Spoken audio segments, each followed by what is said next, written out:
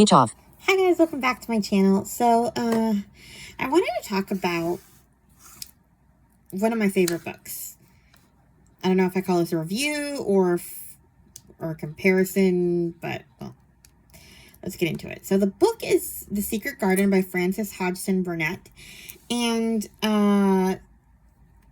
it's one of the group reads for middle grade March this year. I actually just read it last year, but I never get sick of rereading it, and I always it just makes me happy. And it's interesting to read because I see myself in some of the characters, and that's why I like it so much. Well, let's just get into it. So this book is about Mary Lennox. Her parents die when she's about 10 from the cholera epidemic. And prior to her parents dying, she lived in India. Her parents were not attentive people. They just left her in the care of ayahs, which were, I guess, that's what they called nurses in India? Or nannies, I guess. Anyway, so she was kind of spoiled rotten and kind of given everything she wanted as long as it shut her up. And that's kind of how she grew up. So her parents die and she gets sent to Misselthwaite Manor, where her uncle lives, but he kind of wants nothing to do with her either. He's kind of a depressed guy, and he's always off traveling, and yeah, you don't see him for a long time in the story. So she gets into this creepy mansion. I mean, it's creepy because there are so many, like, locked doors that are never used. It's not actually that creepy. And thus begins her new life, and she meets some interesting characters along the way. We have Martha, who is one of the servants in the household. She brings her breakfast, lunch, and dinner, and lights her fires and stuff like that. And Mary makes friends with her and her brother Dickon, who, they're great. But one of the first things that made me realize every time I read this book that me and Mary are pretty much one and the same kid is that scene where she asks Martha who's going to dress her, like, with all the, like, innocence in the world that this is going to happen, that someone has to dress her. Like, it doesn't even occur to her to do it herself or to try to do it herself because people are supposed to dress you. And that's kind of always been me. It kind of reminded me of when I started at a regular school when I left the blind school where they did more things for you. And I started at a regular kids school. And I mean, people just expected that I knew how to do things. And I didn't, like, feed myself, dress myself. And my parents just kind of did those things for me because it was easier than teaching me. And I was a brat and I just had no patience for learning it. And why should I when they could do it for me? Again, I've since learned to feed and dress myself. But I think I was Mary's age before I learned how to do it. Both of those things. Eat with a spoon, fork, dress myself. I was spoon-fed as a kid. And yeah, so at the time when I was reading this book, I was also not able to do those things. And I was just like, yeah. What do you mean you expect her to dress herself? Obviously, I've since read it and think differently, but it was an interesting sort of way that I identified with Mary. And there's, like, Martha's perspective of she'd never seen the kid who just quietly held out her foot to put on a shoe and didn't even attempt to try to do it herself. That's pretty much me. To this day, it doesn't necessarily, I mean, do I do more things for myself? Yeah, but it doesn't necessarily occur to me to try to do them by myself. It has to be suggested that I could probably do it by myself, and then I will do it, but it's not like my first inclination to try. So, yeah, I just remember identifying so much with Mary as a kid. And to this day, it's like, yeah, that's who I am. Who I was, at least. I didn't have a secret garden to change me into a nice human, but yeah. There was also this line in the book where it says that if Mary had a headache or whatever, she wanted to make sure that everybody else felt as miserable as she did. That's me when I'm in a mood. I want you to be as miserable as humanly possible when I'm in a bad mood. Like, I know it's not a nice trait, but like, that's my first inclination when I am like in a mood. I want you to be just as mad as I am, if not more. Or, I don't know. That's just, I guess, how I'm built, and something you have to improve on. But yeah, like, I just completely, like, you get into this girl's head, and like, at least I do, and I'm just like, yeah, that's so me. And then we have Colin, who is also me, minus the, I don't think I'm a hypochondriac who thought I was going to die soon, but I definitely did, the world revolved around me and I was spoiled rotten. And I always kind of knew that people wouldn't ever, like, contradict me because poor little blind child with, I was always pretty much given my own way, which pretty much frustrated family and stuff like that. And so I kind of identified with Colin a lot. And it really does, that's kind of the magic of the story. It really does take someone like Mary, like, to change you, because a nice person isn't going to do it for you. With a kid like that, you cannot have compassion or be nice. You have to be a little creep like Mary to get through to a kid like that, because you expect compassion when you're that kind of disabled child. And you thrive on that, that compassion is almost your poison. Because the more compassion you give them, the more they're just going to treat you like, well, they're going to be awful to you because they know that you feel sorry for them. And they also want you to feel sorry for them because they don't want to do for themselves. So it's just, I always found their dynamic fascinating, because Mary, like, never felt sorry for him. And that's really the thing that, like, made him come out of his essentially hypochondria, because truly there was nothing wrong with him. That's the incredible part of it all.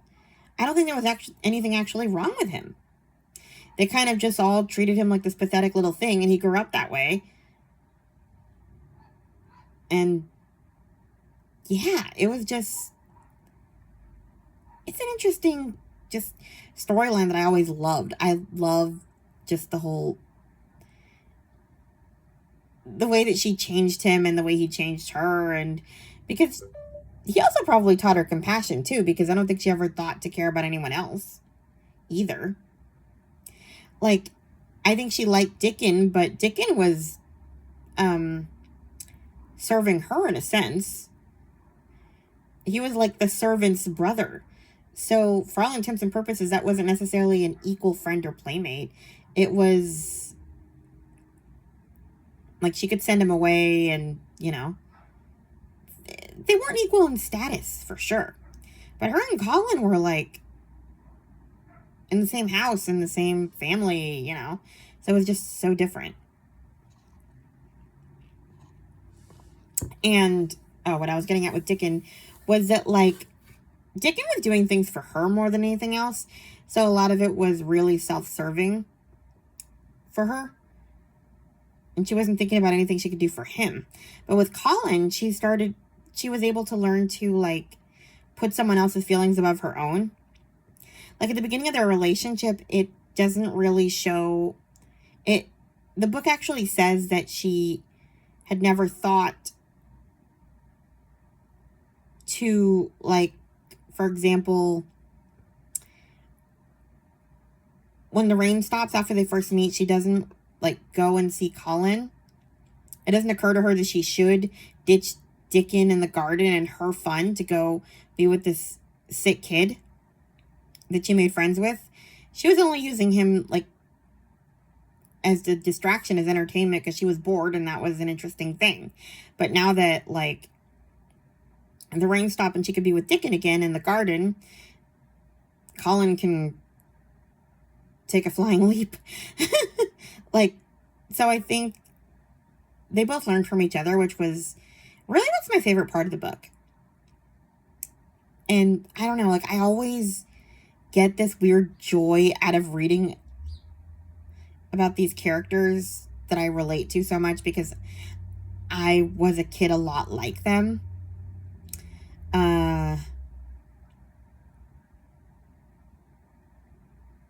Minus the terrible parents, because I had pretty decent parents. I'm just saying that I definitely took advantage of people's kindness like Colin, and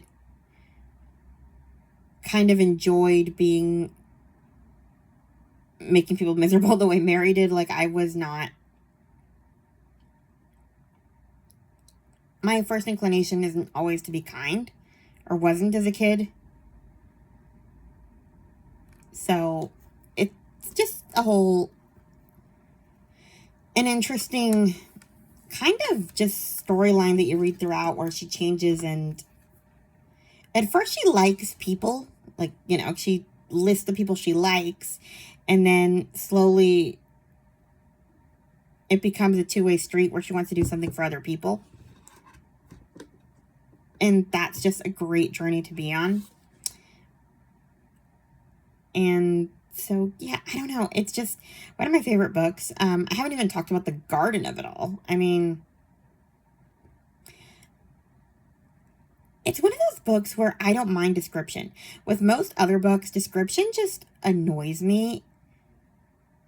But there's just so much fun in these descriptions, and it makes me wish that I didn't have allergies and I could actually enjoy a garden. When in reality, probably if I spent more than 10 minutes in that secret garden, I'd be like sneezing and wheezing, and, you know, I think that's as close as I'll ever get to being in a garden. So, I don't know, I just really like the idea of it. And I love the movie a lot, too. Although, why do they make the parents die in an earthquake in the movie? Like, what's the deal with the earthquake? And Mrs. Medlock, that's another thing. I used to watch the movie so much, probably not as much as I read the book. So every time I read the book, I'm startled at how not terrible Mrs. Medlock is. I mean, she's kind of very stern at the beginning of the book, but slowly she kind of just, she just doesn't want to deal with this kid. That's pretty much it. Like, she doesn't like kids, really. But in the movie, she's a monster. Like, she locks them up. Wow. I just watched the movie and I'm like, okay, this is why I thought Mrs. Medlock was a monster. Because the movie, she's a complete monster. Like, she actually wants Colin to be sick in the movie. And, like, she locks him and Mary in separate rooms. And it's, wow. It's wild, the things she does. And in the book, she's, like I said, she's stern at the beginning. But, like, once Mary and Colin become friends, it's Mrs. Medlock is more, maybe that's why she was so stern at the beginning, because she was trying to keep the secret. Like, she was like, oh, great, now I have to take care of 2 kids, and they can't know about each other, so I have to keep this one locked up. Like, there's so much less pressure once Mary finds out about Colin, that, like, she probably relaxes a little bit more, because, you know, they can play together and it's more natural. But I don't know, that's kind of what I sort of took away this time when I was reading it, that it was probably it took a huge toll on everyone to hide one kid from another kid. Like, prior to Mary coming, everybody knew that Colin was there. even if he didn't want to be seen by other people. But Mary didn't. And so, like, she kept her in 2 rooms and that kind of thing. And yeah, I don't know. Just in the movie, she was a monster. Or am I crazy? I always hated her. So when I see her in the book, every time I read it, I think she's going to be terrible. And then I'm always surprised when she's not.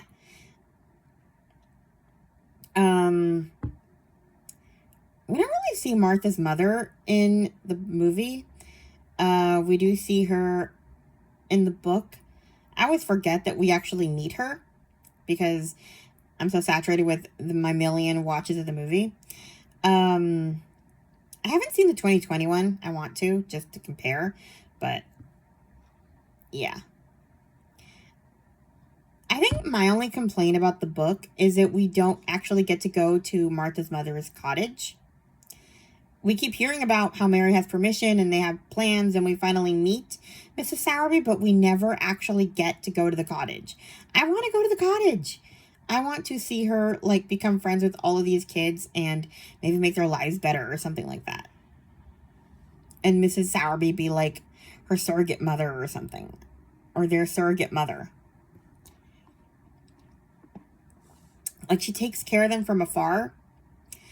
And she's kind of a periphery character, but I wanted more for her. That's always been my only complaint with the book. Other than, well, that and, I mean, there's some problematic things in it a little bit. I mean, black people, India, the whole thing, it's just, ugh. There's just some terms that should not be used today. And, ew. But, I mean, you know, it's an old book. So, they're just some things you have to look past. Anyway, then we have Ben Weatherstaff. He's such a grump, but he's so lovable too. Let's see, who else? Am I missing any important people? Oh yeah, that nurse, Colin's nurse. It is so funny when she laughs at Mary and Colin fighting. And, like, yeah, I mean, I kind of said what she said earlier, but she's like, he needed someone to, like, stand up to him that wasn't scared of him and that wasn't, like, gonna be nice to him. That's kind of the beauty of their relationship, that it really did. The beauty of it is that 2 spoiled, rotten little brats changed each other and became good human beings, and you needed one spoiled brat to another to get that to happen. This would not have happened if you had met Dickon first and Dickon had, like, come in with his animals and been nice to him. No, you needed Mary to tell him, I don't give a care about you. Shut up, let the house sleep, and stop whining. Like, he needed a jerk. One jerk to another. That is the only way people like that can be redeemed. At least his children. I don't know. So, yeah. What else do I have? I don't know. I think that's the majority of it. Like, the rest is just, I don't know. I'm kind of with Mary on porridge, though. Ew. I don't know. The majority of it is a lot of, like, description of, like, nature, and I love, like, Dickens' animals and the way they describe spring. It is just a perfect book to read around springtime. And it's probably one of the only books where like I said, I don't have much issue with the descriptions. Generally, I have no patience for it. But in this one, she really describes nature well and makes me want to be in it in a way I just have never felt with any other book. I don't want to be in nature whatsoever. I am not a walk in the woods kind of girl. Or really the only nature I appreciate is a pool. Maybe the beach, if I can walk in the water. But truly, other than that, I am not interested in flowers or anything that grows. But for some reason, this book just makes me think that if I were in that secret garden, I would care about that stuff. And I would want to see all the flowers coming out. Like, I don't know. It just describes it so well that even though I've never seen it, I can picture it. So, yeah, those are kind of just my thoughts and why I love this book so much. I just thought I would talk about it since I've never really got into why I relate to it so much. I just love Colin and Mary, and I love them at their worst and I love them at their best. At their worst, I really relate to them as people because, I mean, like I said, I was them. Minus the circumstances that they were in, of course. So, yeah, I just relate to them in a way that I don't think a lot of people do. I think they're more into the redemption arc of it all, while I kind of enjoy them, every facet of them, like, because I really relate to them as terrible people in the beginning. So, yeah. Anyway, I just thought I would kind of get my thoughts out there on that book. Please like, comment, and subscribe. I am almost at 200 subscribers. I would really be excited if I got there by the end of March. So, yeah. If you could like, comment, and subscribe, I'd really appreciate it. And I'll talk to you guys in my next video. Bye. Speech on. Too spoilery. I don't want to know too many spoilers, but 20% close. Close. Stop recording.